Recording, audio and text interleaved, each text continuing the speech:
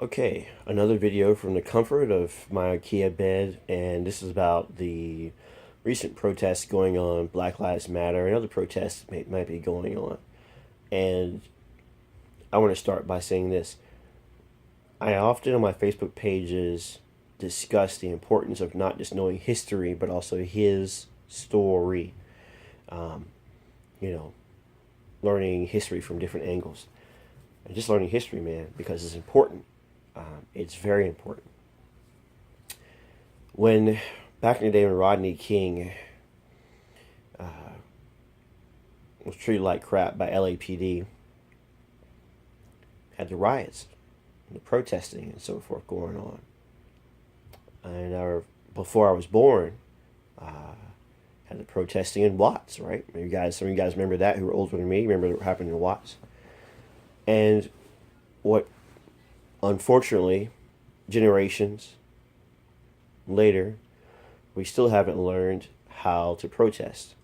So let me tell you how not to protest.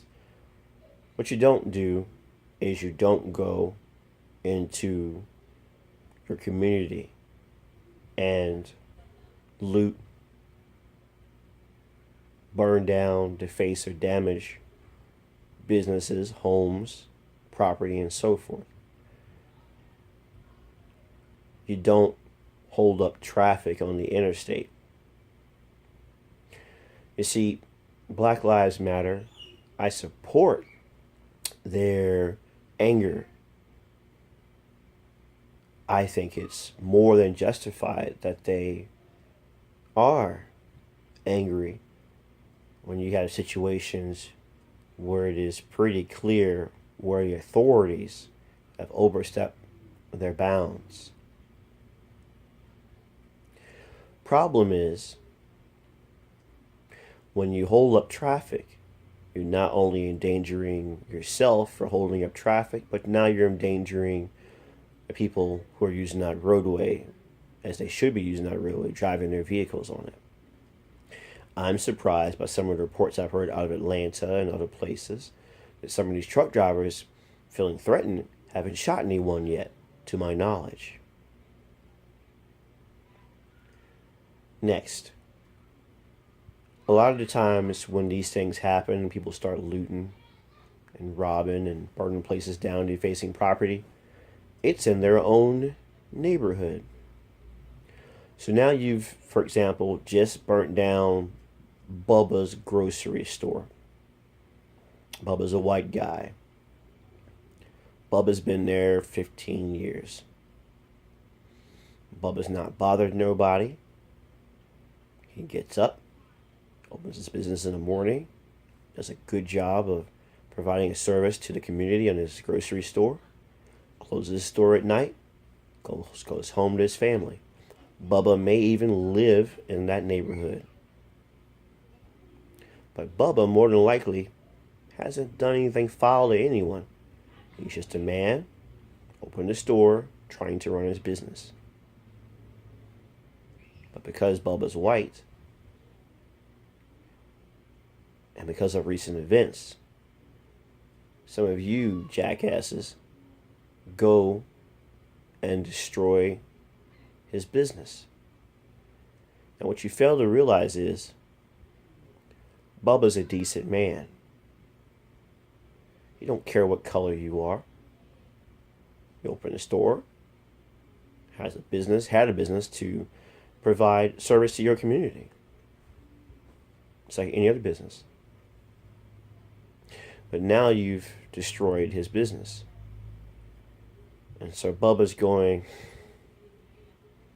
I like this neighborhood. I like a majority of people in the neighborhood, but I'm a businessman. When I open my new store, I'm not going to open it in this neighborhood because of what just happened. I'm going to go across town to the white neighborhood where this stuff rarely happens. Now, what that means for the black Latino people in that neighborhood is that now some of our family, friends, are out of work.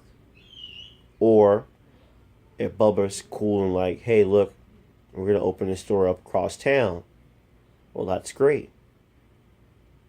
But now you're going to have to commute across town, adding cost and expense to your ability to get to work.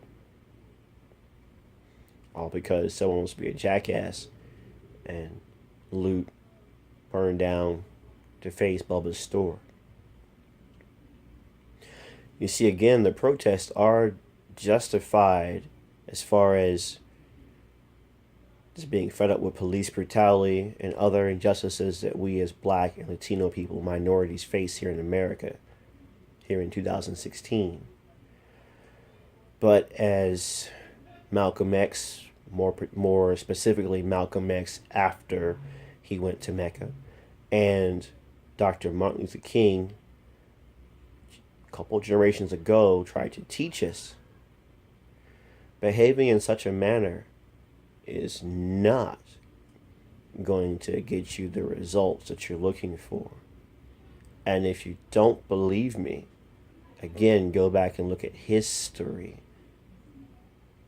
Look at the Watts incident.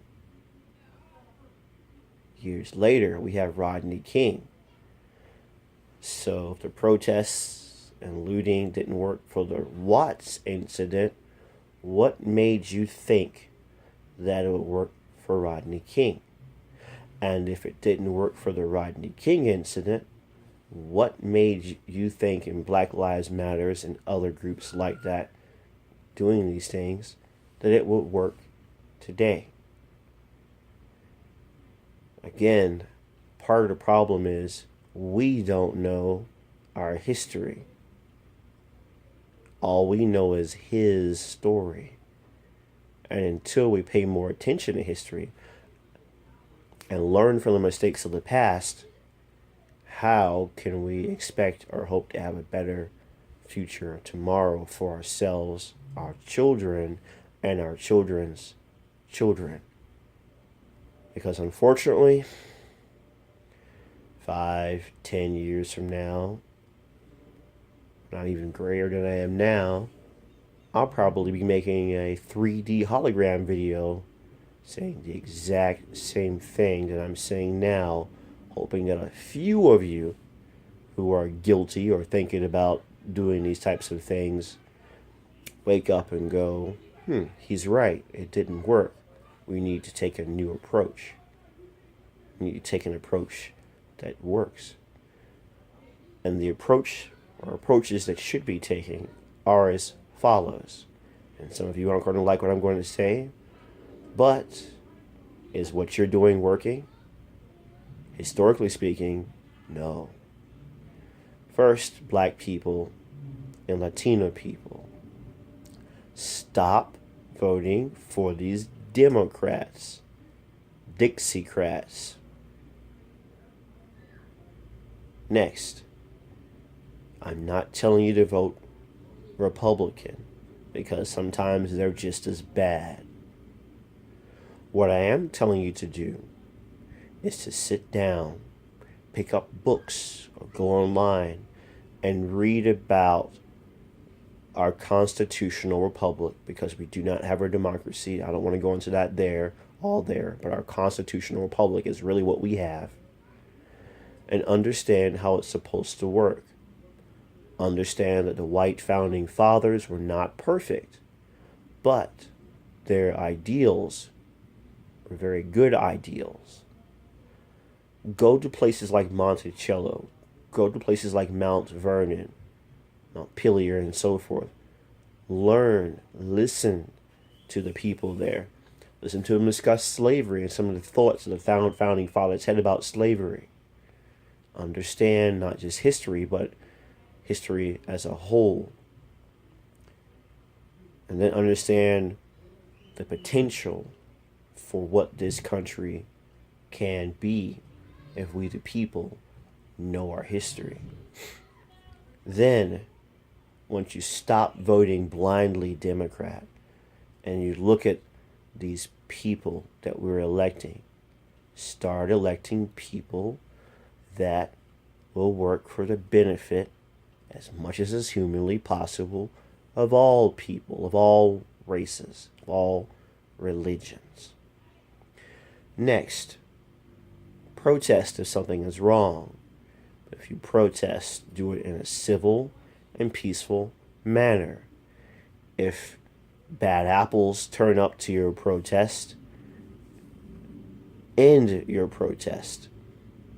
Denounce the bad apples protesting or looting or whatever in your protest, making your cause look bad, making you all look like, please forgive me for saying this, a bunch of niggas. Next, teach your children right from wrong. While I'm no angel and I don't really go to church, it's at least a good idea to occasionally go to church, mosque, or synagogue to get some moral foundation for how to live one's life. And teach it to your children. Unfortunately, I think this is going to fall upon mostly deaf ears because it's over 11 minutes long, and I didn't want it to be that long, but it's something that I really needed to say. To the people in Black Lives Matters, the ones who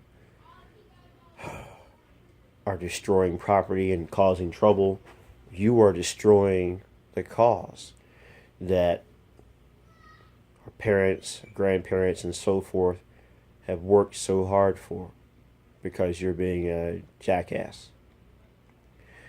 You're making it bad, not better.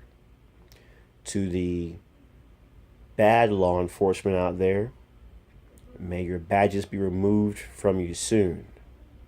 And to the good law enforcement out there, thank you for doing your job, being respectful and not violating people's constitutional rights and inalienable rights, or God-given rights for those that don't know, and for doing your job and being decent cops or other law enforcement.